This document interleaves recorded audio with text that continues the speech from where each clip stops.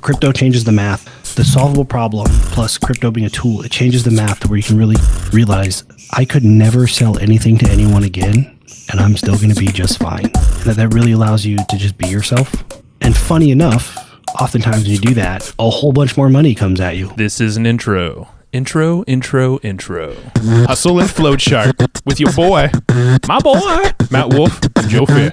Hey, welcome back to Hustle and Flowchart. This is our first episode back since our little January hiatus, and today we're bringing back Nick Peterson. He was the very first person we did a rewind episode with back at the very beginning of January. People begged for us to bring him back, so we have him back in this episode. Now, Nick is the founder of Wolf Den Crypto. He is also the creator of the Night Swap decentralized exchange. And in this episode, we're going to talk to him about how that exchange came to be, how Wolf Den Crypto came to be, why people don't worry about the price of the various tokens that he sells to people, how to stop checking your crypto prices so much, the meaning of base case and chill, and actually how to create fairly passive income from crypto. We're going to talk about why everyone fails in crypto and what to do about it. We're going to talk about the importance of TVL when operating in crypto, and we might even touch on Nick's little Dicksicle project that didn't come out right, but I'm going to leave it in anyway. All right, let's go jump over to Nick. Before we do, quick reminder, if you're not following us on Twitter, I'm Matt R. Wolf on Twitter. Joe is Joe Fier on Twitter. And join us in the Discord, hustleandflowchart.com/Discord. If you come hang out with us in the Discord, we answer questions, we chat with you, we share what we're looking into, what we're up to right now. Lots of good intel and insights into the various projects and things that we're excited about. So make sure you're following us over at hustleandflowchart.com/Discord. And that's it. Let's go talk to Nick Peterson. Nick, you're back. It's round 2, the encore. I don't know what was it, 2 years ago or so? First episode. I probably should have put that in my notes, but I didn't. Well, thank you everyone who's live right now. We got Nick. We released the first episode in one of our encore.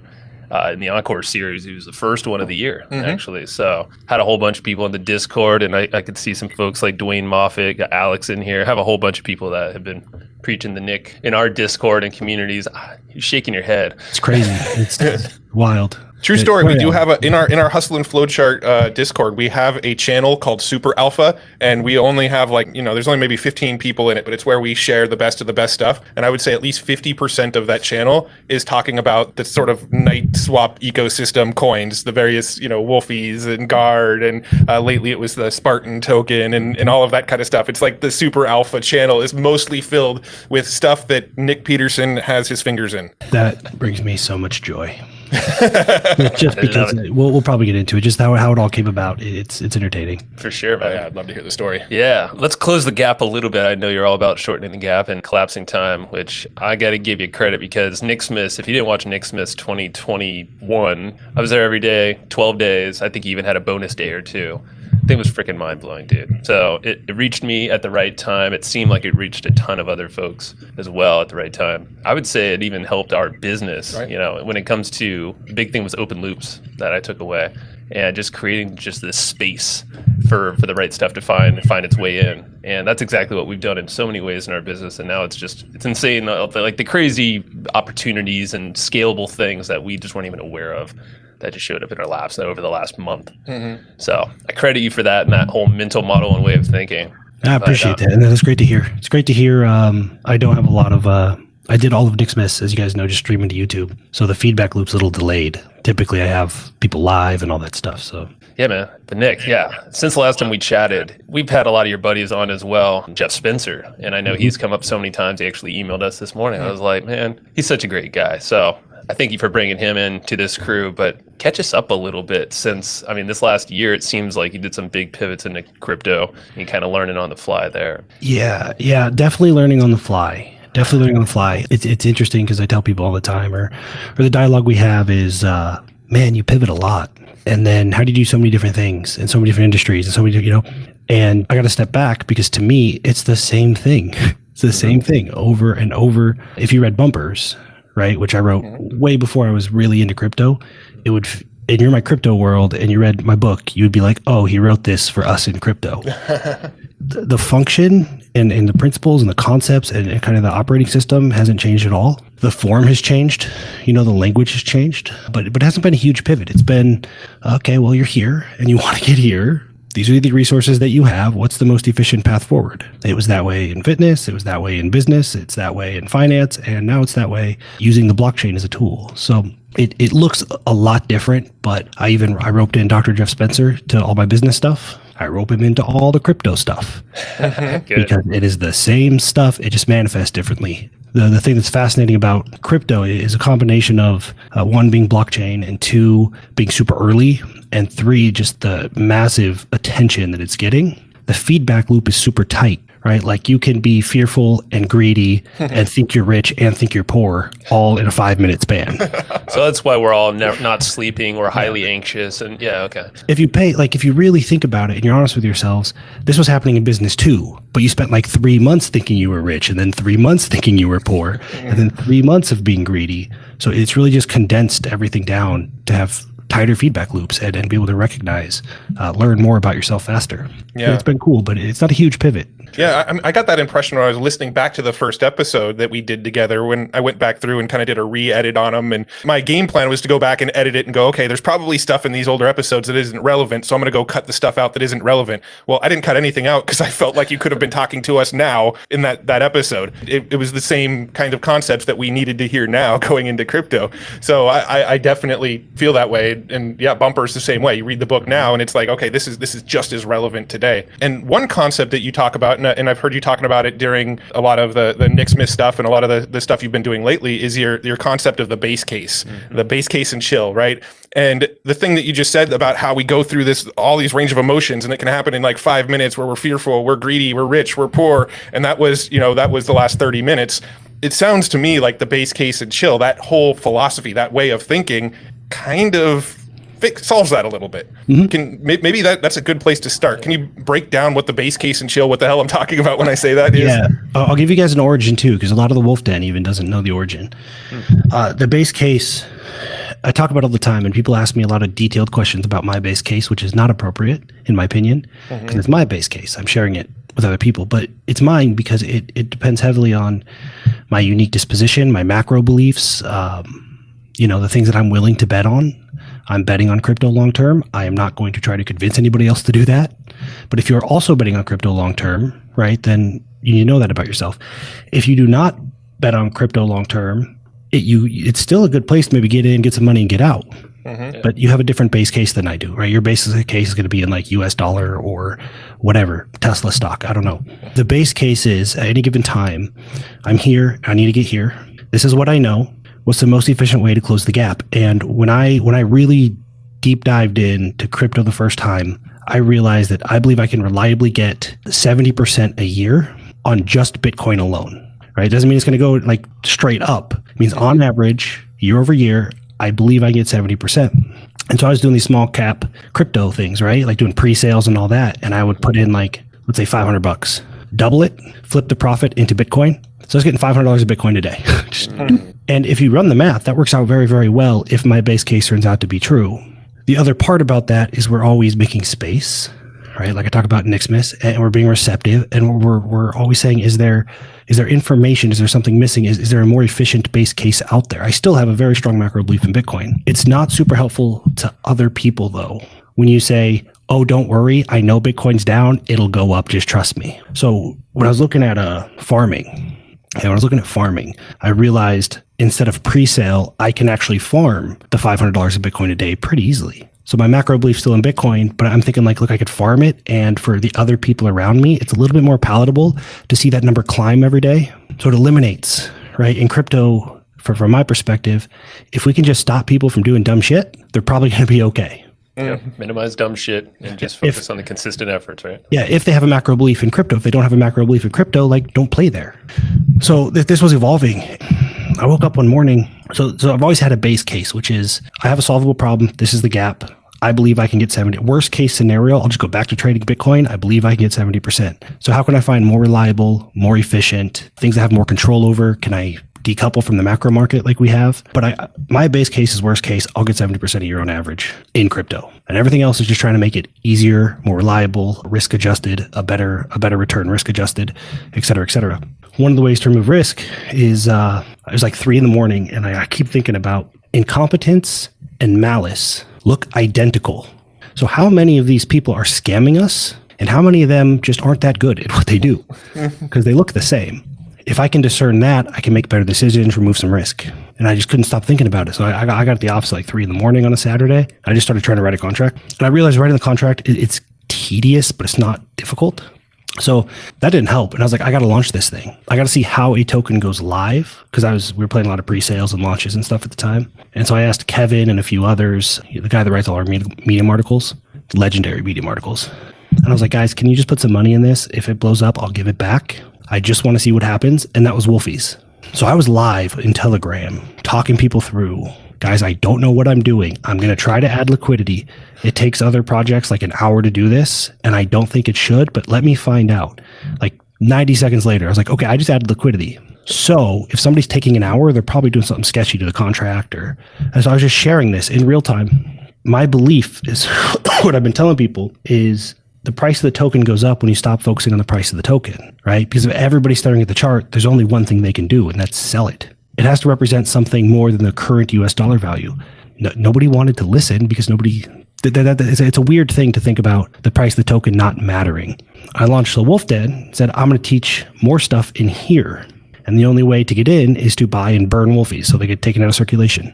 Wolfies went 1215x from launch. I had no idea what I was doing, because what was on the other side inside of the Wolf Den meant more to them than the US dollar value of Wolfies right now, right? So that was Wolfie. Wolfies is just a currency. But as we're teaching kind of this farming and this base case, we realized there is not an asset that can get higher returns, like more than a stable, that is designed specifically for this. So I'm pretty sure we could build an asset that would also become a really strong treasury asset, a long hold, but an asset designed specifically to pair with other things and generate yield. And that was Guardian.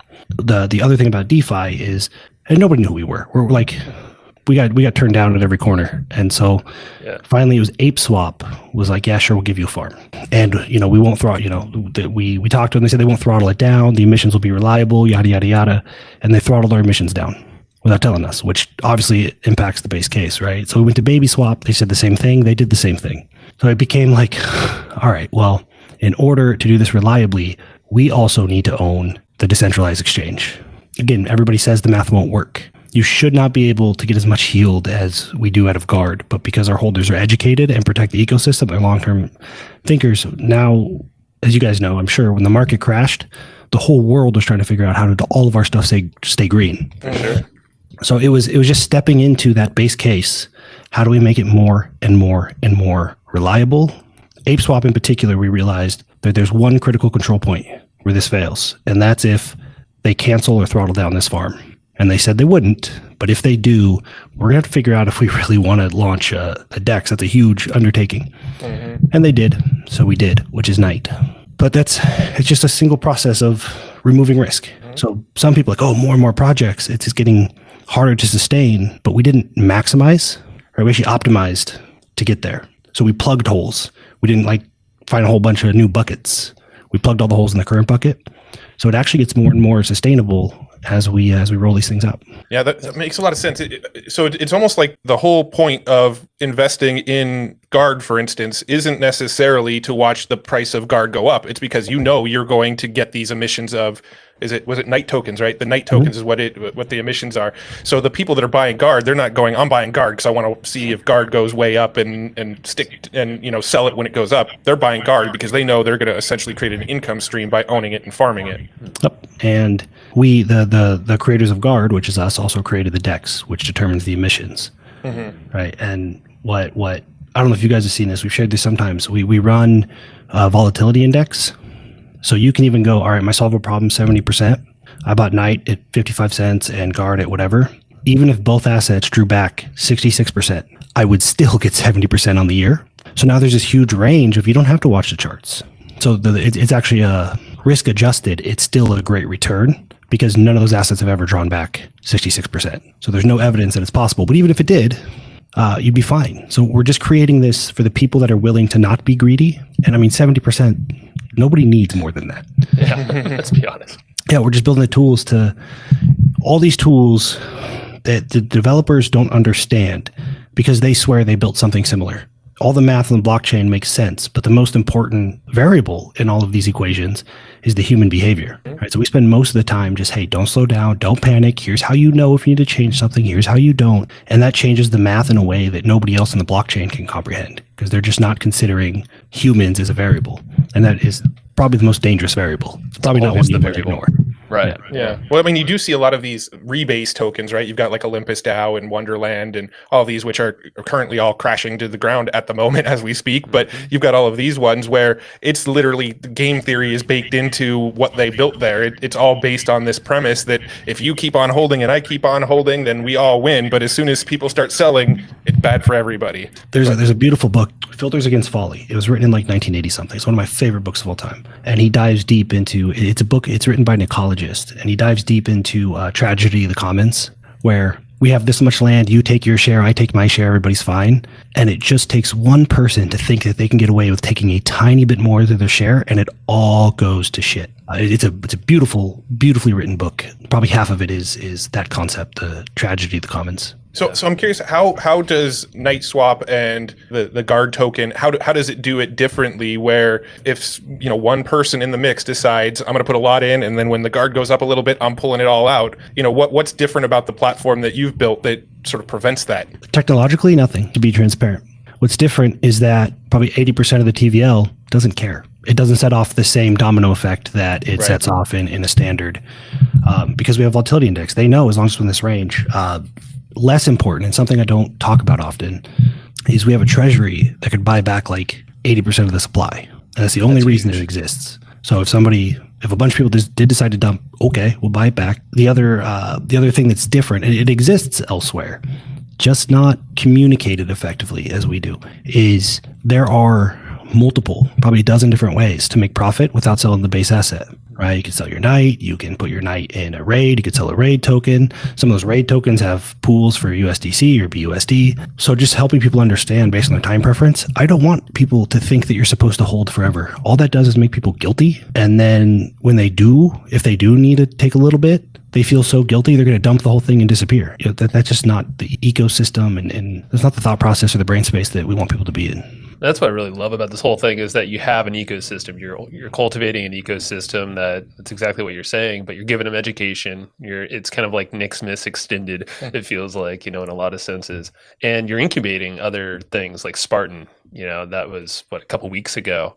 And so it's really cool that you're adding even more utility and more options and reasons why people want to be inside the ecosystem. Yeah, it's fun. It's my brain does really well with the moving pieces. The dev is always the hard part. Yeah. So we're heavier on dev now than we were before. Here's another thing about crypto, just tangentially related, but it's important, is that the opportunities like this have existed forever. They just weren't available to everybody, right? You had to be an accredited investor or an institution so this kind of innovation is not new. It's just that 99% of the population is being exposed to it for the first time, and they are not conditioned. They don't have the experience. They're not quite sure how to act. And so typically by the time you're buying Tesla stock, you're trying to make money, pretty quickly, especially now that you got Robinhood. It's really easy to jump on. What's not obvious to some of the later adopters or even the mass market is that Ethereum does not exist to make you rich. Like Vitalik does not wake up in the morning and go, how am I going to pump the token price? He's trying to change the way the freaking internet works, Mm-hmm. Infrastructure. Yeah. Yeah. Like build something that's going to change the world. Just like Elon wakes up trying to put people on Mars or whatever the hell he's doing. He's not waking up thinking, how can I pump up the price of Tesla stock today? And people don't fully realize that. They think the whole point of this asset is for the price to go up. Mm-hmm. And that's just a byproduct of what they're doing in the real world. So helping people kind of understand that, or what we've done with Guard, which none of crypto is this. Maybe bits like some of the stuff in the Magic Internet Money ecosystem, or Terra, like Anchor. But very, very small number of assets are actually designed to consistently make you money. They represent other things. So there's just an understanding of infrastructure and ecosystem, and what am I really investing in? And people look at what we do. This is recent. Said, well, how's that not going to fall apart like so and so or so, whatever. And you know that, they just haven't taken a look at the ecosystem. And that's what Nacho Fiat inside the chat said, trust the person, not the product. Definitely, there's a lot of trust in the way you're thinking and also the thinking you're providing others. And it's that shift in thinking when this is a new thing for so many folks, just getting into these instruments, these tools to create wealth or whatever it is to close the gap for folks individually. It's interesting because there is quite the shift, and that's just from us, in our own things. Just when you look at any part of crypto, NFTs, like, okay, great. Well, there's utilities, there's applications that you can think about all these things, but without a lot of that, what are they? And people are going to do dumb shit, with their money if they don't fully understand or how to interact with these things. Even if you don't fully understand what you're investing, here's the big thing, and this is what Nixmas was all about. I wasn't going to do Nixmas this year. I did it like last minute. I decided I'll do it today. Thank you. And I was like, can I just call everybody an asshole for 12 days and see if they still like me?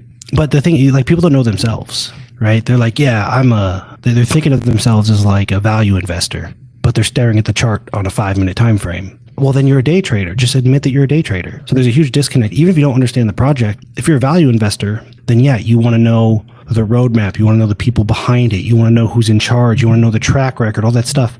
If you're a day trader, I know some very good day traders, ones that have made tens of millions, if not hundreds of millions on Bitcoin. They don't know anything about blockchain. They made a killing in Forex. They know how to read charts. They know how to read volume. They look at charts. They don't try to pretend like they're going to do research on the white paper. You don't have to know about the projects if you're day trading. You just have to know that you're day trading. Yeah, know where you're at. Because that's where I found myself initially. It was like looking at charts and all this stuff. I'm like, this ain't me. It didn't take me long for me to click. I'm like, nope, this isn't how I'm going to do this thing, and it quickly turned into, white papers, understanding the tech. That's where we went and deep dove. That was part of us creating some open loops. And we're like, don't know where it's going to go, but sure as hell is the best education for who we are. Well, I think this actually leads into a sort of next tangent that I want to go off with you is the solvable problem thing. You mentioned the solvable problem a minute ago, and I'm really surprised we didn't talk about it on our last episode because this concept was so impactful. I heard you talk about it on another podcast. I can't remember the podcast that we were listening to, but you deep dove on the concept of this solvable problem versus unsolvable problems, and I think a lot of people just go into crypto going, hey, I want to make a lot of money with crypto, right? That's kind of an unsolvable problem. But I'd love to hear your sort of definition and breakdown of that philosophy. Shout out to Dr. Jeff Spencer for the human champion mind distinction.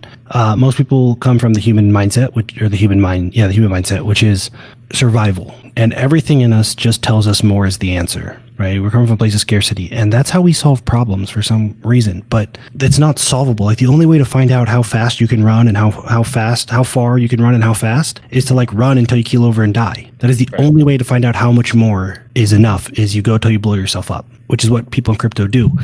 So I'll give you an example. If people said, if I could just fund this for my mom and this for my life, and I would just need this much, my life's complete. I've done the important things. And I can look at their crypto profile and be like, well, you have that much. Yeah, but what if it goes, but it could go up, right? So this is what we're solving for. It's already solved, but this gnawing, well, what if I miss more? I probably talked to 15 people in a short time frame. I'm not gonna name names, the tokens and stuff, that were all in the same token and they're all in the same place. About half of them were said, oh yeah, solvable problem. They sold, they bought the things that mattered to them. They're very happy. About half did not, because what if I could have more? The price of that token is probably 1/10 of what it was. So you went from the ability to lock in the things that matter most to you to not.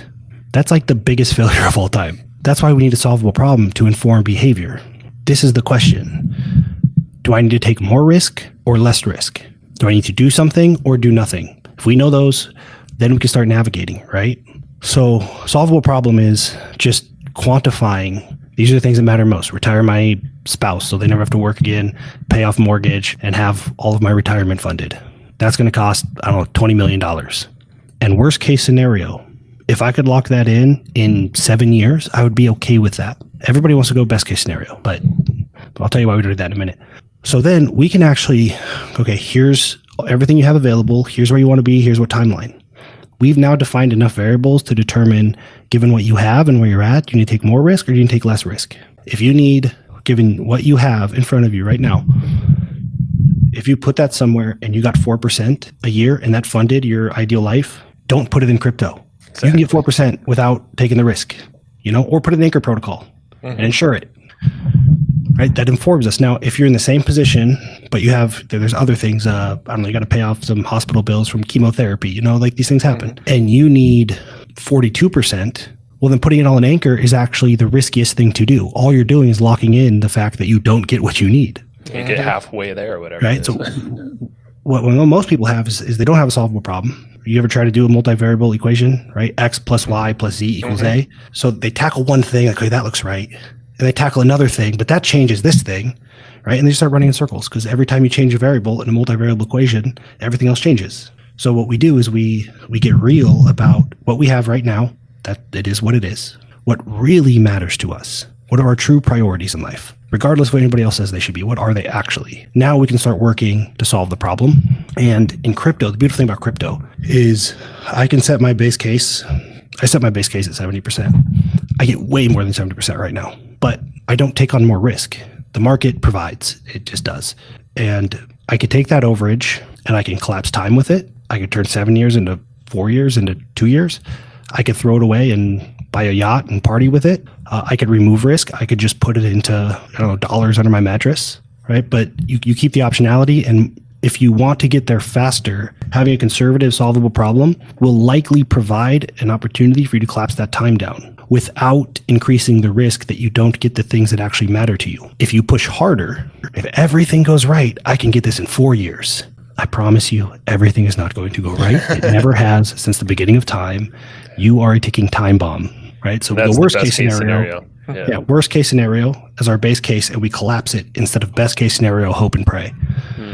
Just engineering the things that matter to us. And that goes back to one of the biggest things I took away from Nicksmith was, the two things that have never failed in eternity: time and randomness. I think that was just so clear. I mean, you beat it in everyone's head, I think. It's just like you need to solve for that and shore up everything you have on the home front, figure out your base case, and don't wreck yourself in the process, and just don't do dumb shit, and sometimes it's just put your hands on your ass and just literally don't type anything, don't click a button, just sit back and know yourself and really get there. But the time and randomness thing, I think is, you just look at so many people looking at the best case scenario in crypto. I think that's probably, like you said, probably the biggest reason why people get wrecked. Smart people too. I'll give you a good example that everybody in crypto probably feels.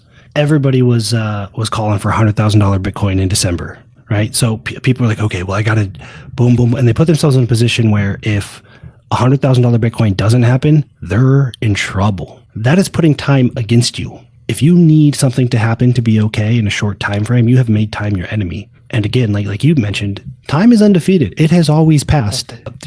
I don't want to fight it. I want it on my team. And randomness, which this is another example. Everybody on the planet was calling for $100,000 Bitcoin in December. It didn't happen. So that would be considered randomness. That's unexpected.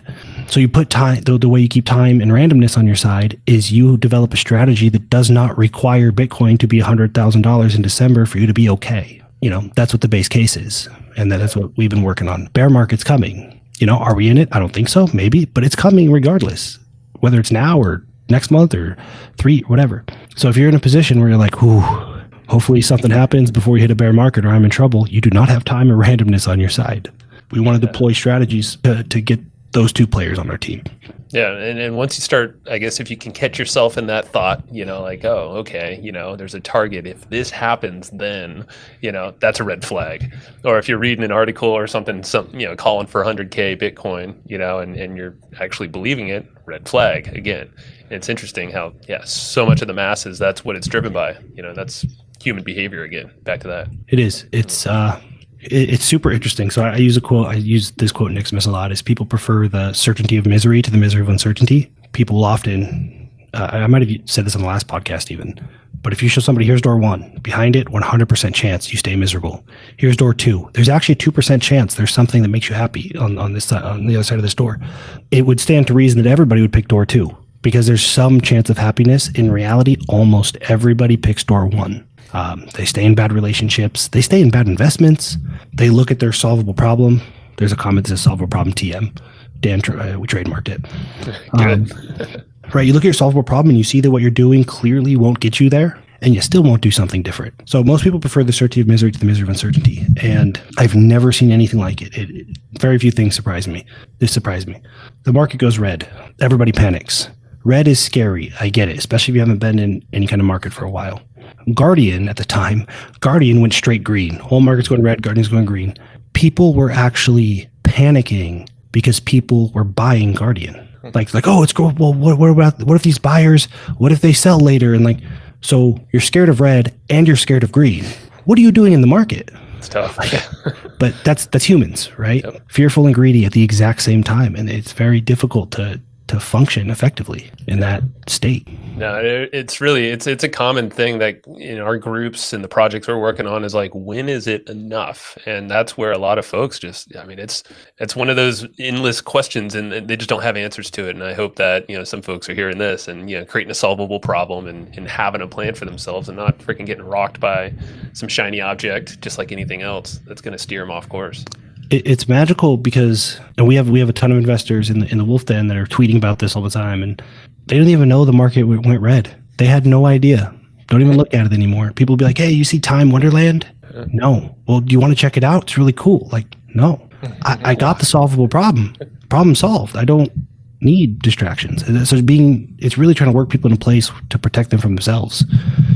And crypto it's the same conceptual frameworks. There's just nowhere else that is available to everybody where you can lock in and insure 20% on Anchor protocol or reliably get 70% in the base case. Same concepts, just actually solving that problem has become feasible for a larger number of people given their starting capital. And that kind of goes, a lot of people just complicate shit. That's what humans do, I guess, naturally. I'm assuming, but the whole multivariable thing, there was some equation, you were just doing a bunch of diagrams in Nixmas and, the more inputs or the more things, the success of whatever that thing is will go down. And you were doing the math, all that stuff. I can't recreate it right now, but even if it was like 99% for like 4 things and then one's like 70%, that thing just, it fails or it starts tanking. And, like Anchor, it's great because it's not complicated, and it's stable.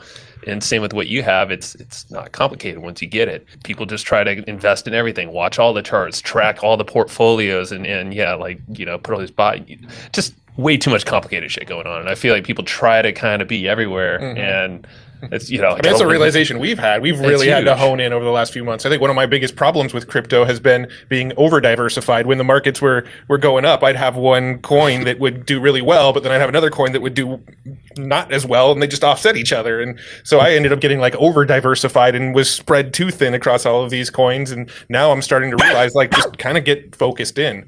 Well, it becomes impossible. So you can invest in infrastructure. So that crypto is going to have networks and platforms, Ethereum, Polygon, Phantom, BSC. It's going to have exchanges, Uniswap, PancakeSwap, NightSwap. It's going to have oracles like Chainlink. So you could think to yourself, it's like if I invested in electric cars, right? I wouldn't be all in on Tesla. I would be all in on a little bit exposed to all the manufacturers and probably their vendors and probably, you know what I mean? Yep. So you can invest in infrastructure, and that's just a bet on crypto, knowing that everything will fail. But it's like if you invested in Google, Ask Jeeves, Bing, and Yahoo, almost all of them failed, but your investment in Google made you a billionaire. For sure. You're acting like enough asymmetry in like a bubble type situation that you can do infrastructure. You have to know that you're doing infrastructure, right? So you get insurance. For DeFi to succeed, we're going to need insurance, right? So you might get some armor and so on and so forth. You could also invest in people. Like you could just follow Elon Musk around and invest in everything he does. That's basically like I'm on that train. Regardless how you feel about him, he does it. I'm putting money in it. For sure. Right, and those are just different strategies. The problem with just kind of being overextended and not really understanding why is you don't have a tight enough feedback loop to say, okay, I'm betting on this and this is why. Oh, that didn't work out. What part of my operating system or decision making criteria can I update? If you're just throwing money out there and hoping, right, then you have no way of getting better at it.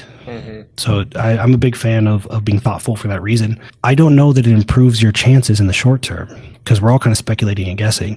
I think it makes you a more discerning investor over the long term because you know how you came to that decision and can therefore update it if appropriate. And that's where we realized we're like hone in on the niche, and we're working with other folks that can put multiple eyes on things. It's just like the Wolf Den. You have a community around, so you're not doing it alone, and it's nice to get that feedback. I want to shout out this question really fast, going back to your Wolf Den. It's from Dwayne Moffett. He's asking, what's been the biggest surprise as you've been building the ecosystem? The biggest surprise is probably just the growth, to be honest. I've been in crypto, like at this smaller cap in crypto for like 7 months. And maybe not a surprise, but just a more validation that like developers from all around crypto, and I don't want to share the bigger names that actually today, you guys know Joe Polish, I'm sure. Talked to Joe Polish today, and he wants to introduce me to somebody who has a son that invented a network. So just these connections, and it's like figuring things out that now these developers are brilliant. Like their brain is broken. We've just kind of been systematically using the same principles, just the same principles from Nixmis and CCA, the certification that we teach and all that, and solving these problems that these brilliant people could not solve because they're a little more on the technical side. And when you're that technical, you kind of develop a paradigm, and with the paradigm comes some blinders. I can't tell you how many times large projects have said that will never work. We don't want any part of it. And then come back and said, hey, how can we partner? Can we please get your endorsement? And it's just been the same in every industry that I've been in. Is just how myopic even something is. It's decentralized, it's super innovative. You'd expect, or I expected people to be a little less myopic, because the whole concept of being decentralized is very non-centralized, right? So I expected less myopia. That's probably the most surprising thing. The way it works is brilliant when you understand how blockchain works. The other surprising thing is how difficult. I think it's because people see crypto as money, and it's not money. It has a US dollar value, but it's not money. They have a very difficult time. So it's really about other people. The blockchain was relatively straightforward. It makes perfect sense. It's very well built. But people have a very hard time understanding like the difference between assets and US dollars. Like they really struggle with that. They have a hard time understanding like, the user interface on, let's say, NightSwap or whatever. It shows US dollars, but it's back calculated because the contracts are written in token emissions. You don't write smart contracts in US dollars. Right. Right. So and you teach that to people, and they still have a very difficult time like processing all of this in real time, which tells me there will be mass adoption in crypto to some extent. The surprising thing to me, that my realization is, my opinions change a little bit. I don't think it'll be crypto as we know it now. The average population cannot process it this way. We can't have banks that kick out token emissions and back calculate changing APRs in real time. Like that, I just don't know how that gets adopted. So there'll be some, this is what I'm realizing, this is the people that are kind of doing like Nexo is a good example, or Celsius maybe, where or Coinbase, right? It's like a centralized, right? But it uses blockchain. So they're all kind of experimenting with that. Like crypto.com has a variation of their thing, that as well. Yeah. And so the most surprising thing was the realization that what we know today as fairly active traders is probably not the thing that's going to get mass adopted. Yeah. I think the reality is with crypto will get mass adoption when people barely even realize they're doing anything with crypto, right? Like they log into a bank account like they're logging into their Chase account or whatever, and it feels like that. But what's happening behind the scenes that they're not even seeing is that stuff's getting transferred into crypto, moved around, compounded, whatever, and then coming back to them in a US dollar value. So it's that's my prediction of where it's going to go is through the common user. It's going to look very sort of native to what they're used to, but what's happening behind the scenes, the plumbing, all the moving parts that are happening that you're not seeing will be happening through crypto. That's sort of where I see things going. I agree. It has to. People need customer support. They need refunds. They need 24/7 chat, and they need somebody to make them feel good about what they're doing. And that's not the blockchain world we live in now. But Anchor Protocol is a great example. Yeah. Right? It's pegged to $1. They get well over 19%, but they give you 19%, which is better than you're going to get anywhere else outside of crypto anyway.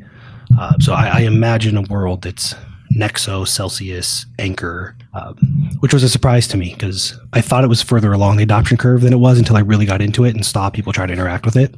Yeah, no way. Yeah, and then you start to realize that all the stuff that we're building now or are part of or investing in is actually the plumbing behind the scenes of what's to come. I'm curious, what's the sort of roadmap for Night Swap? I know that it looks like you might be partnering with some other people and helping them launch coins, because that seemed like the case with the Spartan coin. What's your vision for it going forward? Night Swap it's built a little bit different than many dexes, and I've done videos, but it's built 100% around utility, right? So most dexes and most projects are what's going to bring the most TVL, and they typically give out high emissions. It tanks the token price, and eventually, usually they recover. Pancake recovered, Baby Swap recovered, And we just said, no, we don't need to attract TVL. You guys probably know this. We actually move more capital in the real world than pretty much any of the people in the small cap crypto do. So moving capital is not actually the biggest concern we have, which I think is unusual in the space.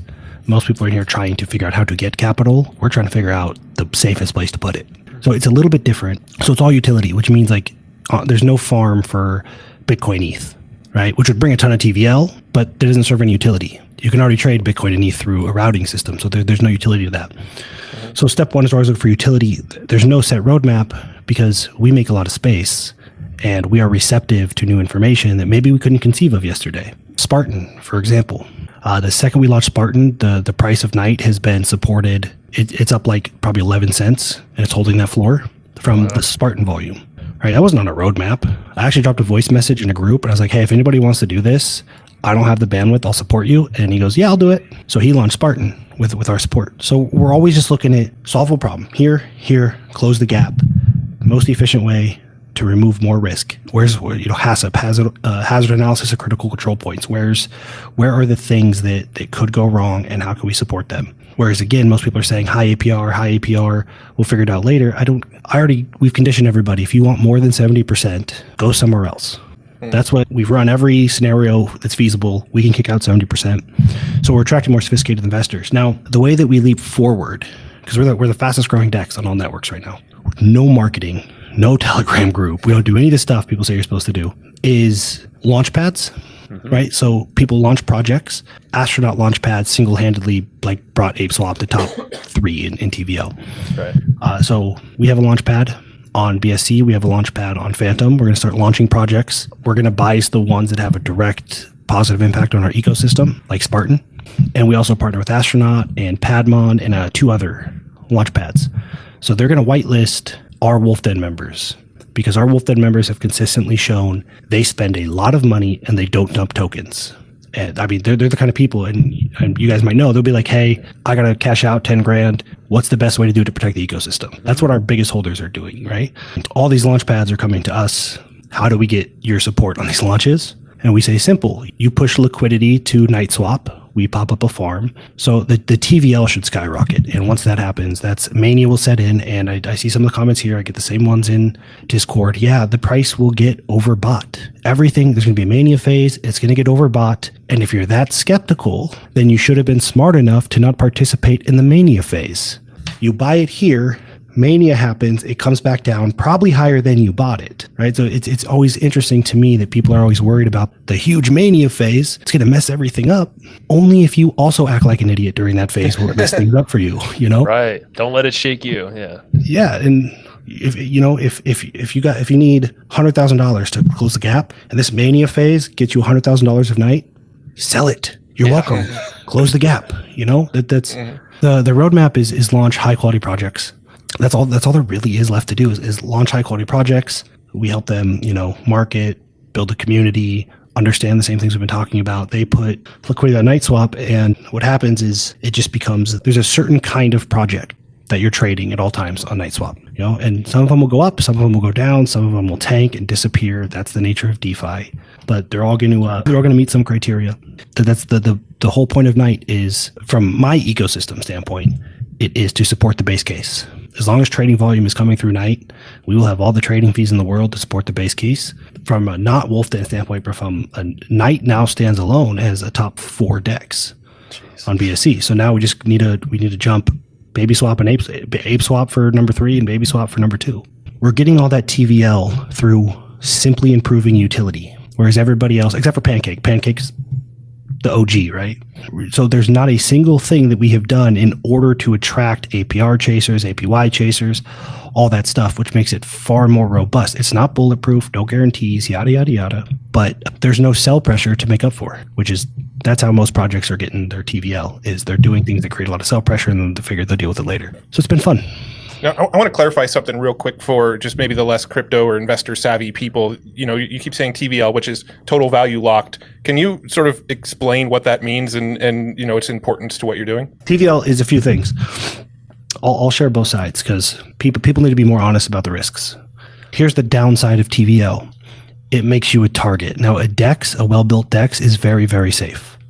Pancake, I trust Ape, I trust Baby. A DEX is very, very safe. They all fork Pancake contracts. Pancake is pretty much bulletproof. But with TVL, right, if you're a hacker, if you're a really good hacker and you're trying to figure out what you want to hack, you're going to go to the biggest thing, right? So with TVL comes risks, not typically in a DEX, but when you start talking about auto-compounding vaults, yield aggregators, those are the things that get hacked. And it's happened quite a bit recently. So that's the downside of TVL. The upside is Binance has built like $1 billion grant. Phantom has a grant where they give you 850,000 Phantom, which is like $2.5 million if you have a certain amount of TVL. Why? Because I know as investors, I get it. All you care about is a short-term price action. You don't know better. It's okay. But big players, billionaires, CZ, they're saying, who is bringing the most money to my network? All of their grants, all of their rewards, all the attention, all their partnerships, they're looking at TVL. Crypto is still so early. Like, people don't understand how early it is fully. So new money coming onto the platform is still the thing that people value the most. There's like $4 billion that dropped onto Phantom the other day. Wow. Because Phantom said top 20 projects by TVL, we're giving an outrageous amount of money. So as a project, there's nothing more important than TVL. It also tells people if you got 60 million TVL, and the next week you got 70 million, and the next week you got 75 million, this is building trust. Anybody that is going to intentionally scam or rug or do anything like that is going to do so well before these higher TVL marks. They're going to get in and get out with 20 million to be done, Mm-hmm. So the higher the TVL, it really is a sign of more security. So those are the main reasons. If we were to say, hey, what's a great way to support the ecosystem of Dark Knight? Well, if somebody gave us $2 million to either give out, you could stake Dark Knight for Phantom or to buy back Dark Knight. If we just had $2 million just to support the price of Dark Knight, that makes it more robust. You can pay for marketing, whatever you want to do. $2 million for free. The way you get that is TVL on these newer networks. Pretty much, Binance just did $1 billion grant for TVL and trading volume. So that's what most projects are worried about. A good project will disregard the price of their own token to get TVL because they're playing a longer game. It's very hard for a holder to understand that because that holder bought high and now it's low and they think the world is over.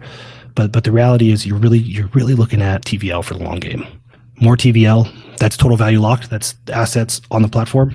Mm-hmm. If you're a DEX, that means there's more trading happening, which means there's more trading fees coming through, which is more fees to support the DEX. If you're an auto compounders just do all the compounding for you, and they take a small percent of your yield. So the more TVL an auto compounder, the more profit they have to support their token. People they don't fully think about, as a DeFi, as a project owner, how do you make money? Because if you sell your token, it's like a soft rug pull, everybody's mad at you. If you charge them for stuff, they're pissed off because everything's supposed to be free. Like, they don't think about how projects make money. Sure. And you have to make money to be sustainable. And typically, a well-run project, their profit's coming some byproduct of TVL. Trading fees, auto-compounding fees, stuff like that. So that's the mark. That's good, man. Yeah, no, I learned a lot from that too. And that's such a great metric to look at when analyzing projects in general, ecosystems and all that, and just understanding it more, as you do your due diligence throughout everything. Mm-hmm. And one thing I want to put a lot of value on too when it comes to like Night Swap and what you're doing is that people know who you are. Right. And there's a lot of projects where people have no freaking clue who the person behind the project is, which in our early days when we were hunting for what's going to make us the most money the quickest, we didn't care about that stuff. We have gotten wrecked with an REKT a few times, right? For chasing some of that kind of stuff. Mm-hmm. And there is a ton of value with actually knowing the person behind the platform who's actually building it and creating the community and sustaining everything. Yeah, it's unusual. I was going to do a doxed or undoxed. I was going to be anonymous. Fortunately for everybody, up to this point anyway, I'm lazy. And it's so much work to like switch out different Telegram groups and a different YouTube. And so I was like, whatever. And then that's also why that's also why I'm ultra transparent about like, this is my opinions. I'm speculating dubiously. I don't know what's going to happen. Don't buy this if you don't know. Like, I've hours and hours of YouTube video of me saying like, do not buy stuff if you do not know what's going on. You see green, don't panic. And so it's kind of a forcing function to be ultra transparent, just to protect. I got a lot to lose in real life, so it's been good for that. And the anonymous nature, which is super interesting, you brought that up. It does build a lot of trust. It also gives people somebody to blame, which is everybody's going to make a stupid decision and look for somebody to blame, and I do get a lot of that, and that's okay. So I have to work extra hard. But the anonymous thing is it makes it really difficult to build an ecosystem, because here's the magic that I don't know if I've ever talked about this, so I'll share it with you guys. Cool. The magic is all developers. I've talked to so many developers, and they all think the same thing. They all think everybody wants the same thing, and they don't. They're like, oh, they just want to pump the token price. Like, that's weird because nobody in the Wolf Den cares. So that's evidence that not everybody wants the same thing. So we have like our premium NFWs or NFTs, and the last one just sold for $22,000.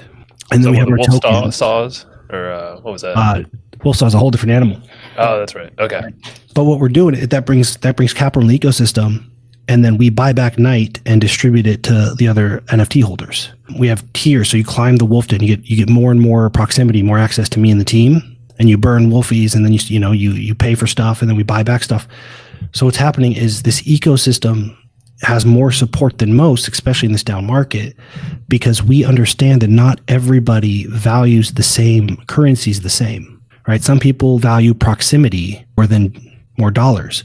So we can actually get them to buy token and burn it or send it back because they value proximity. So it's no longer a one-to-one buy to sell. Whereas everybody else on blockchain, they're just going, I need more people to buy and less people to sell.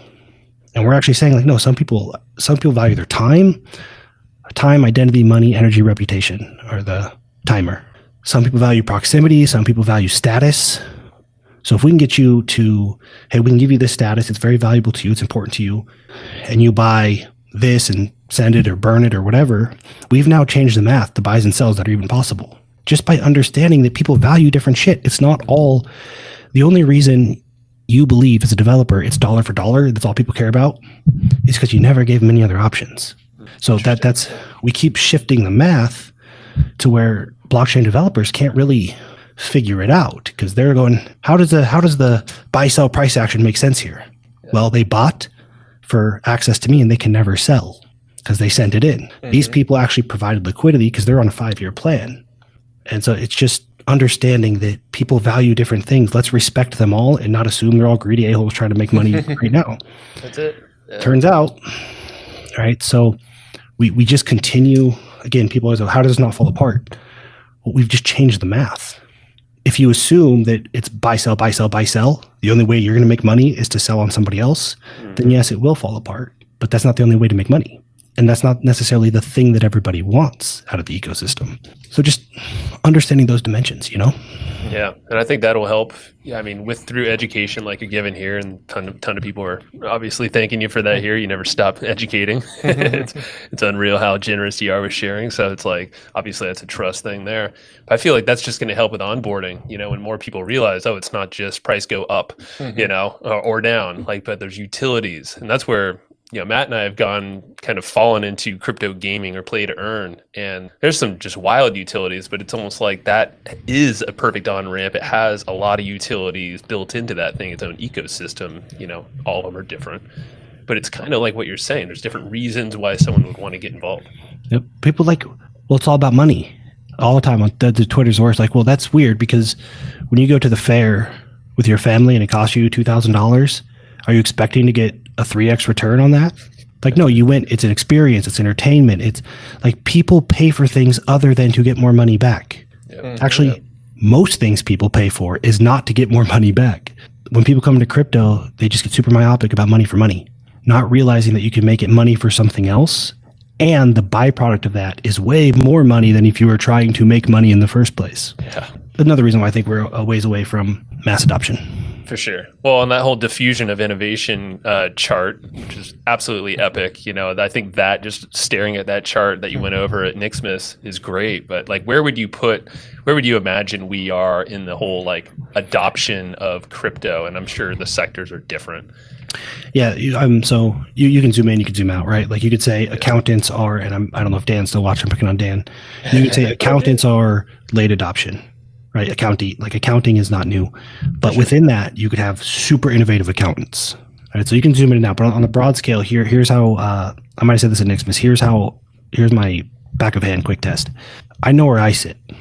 Okay, so if I just speak my regular language and it closes, so if I just rattle off a bunch of stuff the way I typically communicate, like my typical colloquial speech, and you go, okay, this makes perfect sense, then about that thing, we are probably in early adoption phase. If I say a whole bunch of stuff and it increases uncertainty. So if I use words to communicate something and it closes the gap of uncertainty, that's considered information. If it widens the gap of uncertainty, if I say a bunch of stuff and you go, wow, what the hell? That's a different language. It's innovation. So the same words can be, it could be information to one person, innovation to another. So if the way that I'm typically speaking is more informative than confusing to people, then we are probably getting into early adopters.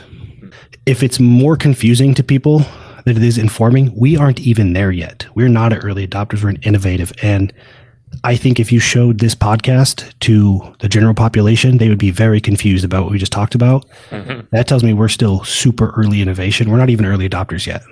It's not until you or me or any of us could sit with like Joe Rogan and just jam, and he could very, very quickly and easily repeat what we say, but in his way, and his audience would get it.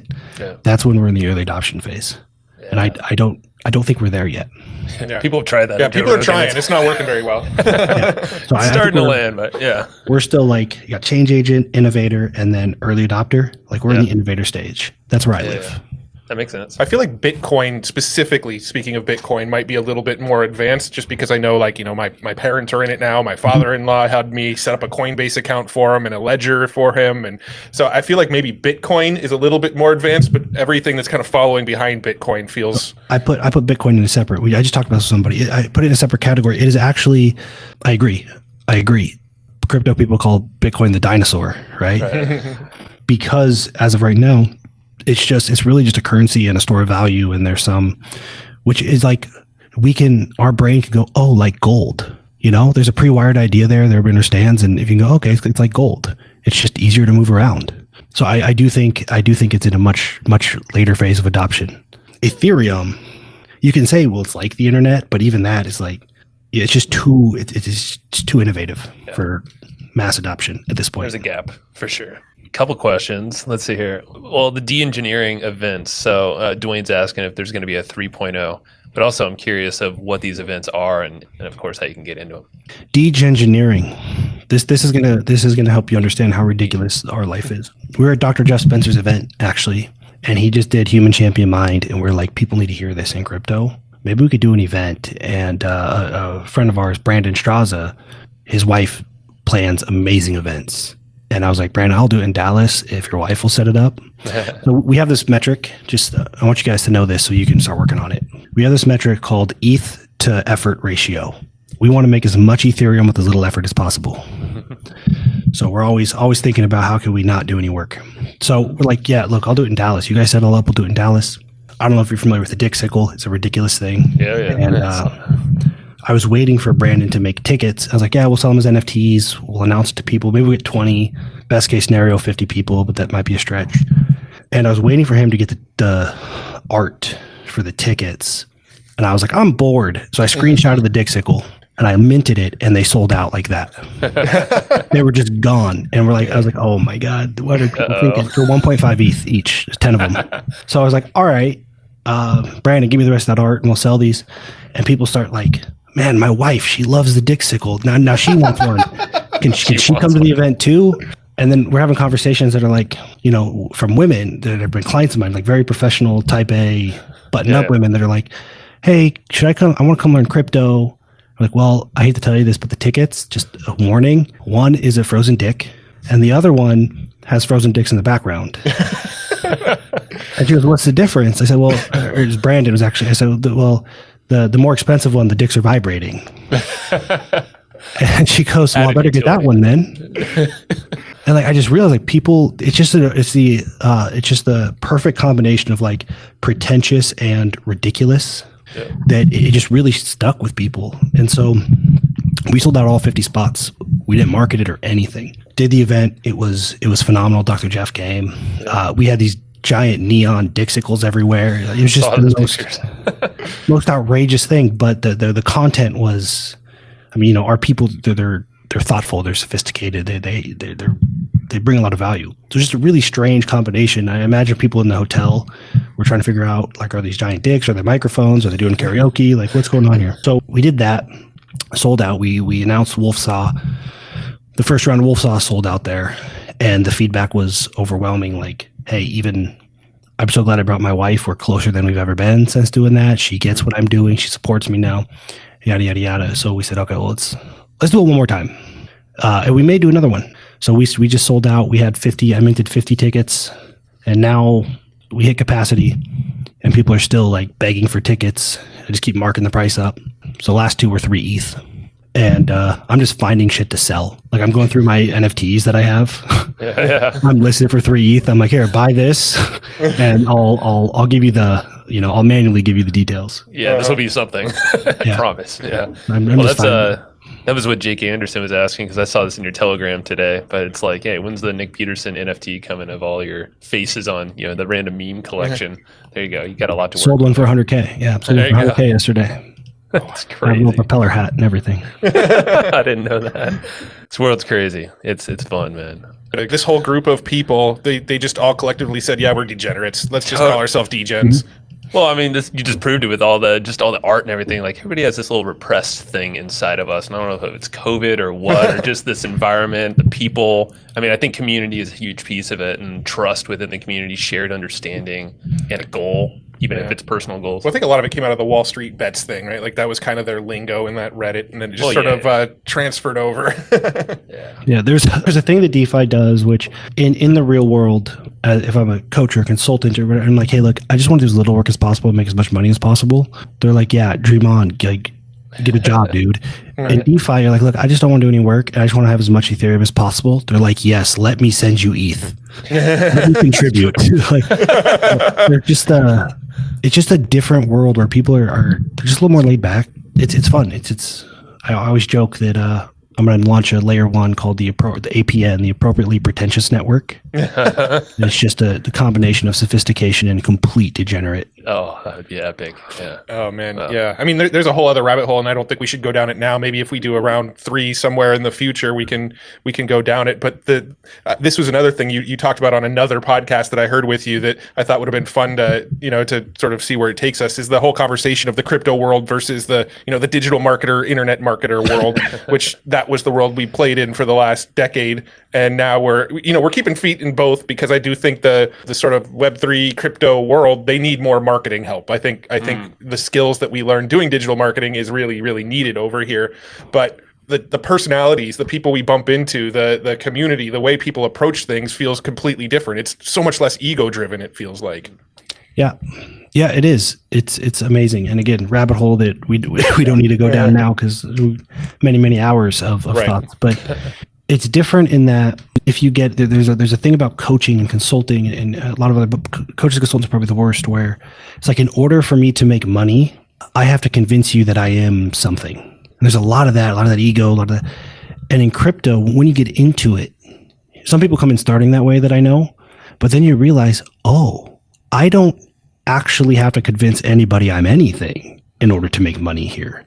And so the ego just kind of melts away once you realize, like, I don't have to convince anybody of anything. Yeah, and that was actually something you said in our last podcast that stood out to me, is I'm done convincing anybody of anything anymore. How damn freeing is that, huh? It's been, I thought I was done, and then I got into crypto and I realized I still had a little bit to get rid of. There's just crypto changes the math. The solvable problem plus crypto being a tool, it changes the math to where you can really realize I could never sell anything to anyone again and I'm still going to be just fine. And that really allows you to, the whole Nixmas thing really allows you to just be yourself. Yeah.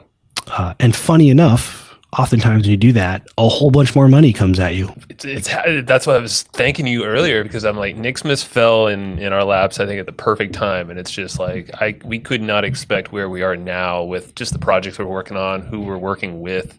We're having this chat again about this now, not some more marketing, whatever. It's just, I don't know. It's just a lot. It's better. Let's just say that. Awesome. It's better. George is asking, and I wanted to ask this as well, Wolfden info. Obviously, was at wolfdencrypto.com. You can get all the fun stuff. There's a white paper there. It's freaking hilarious. It's super informative.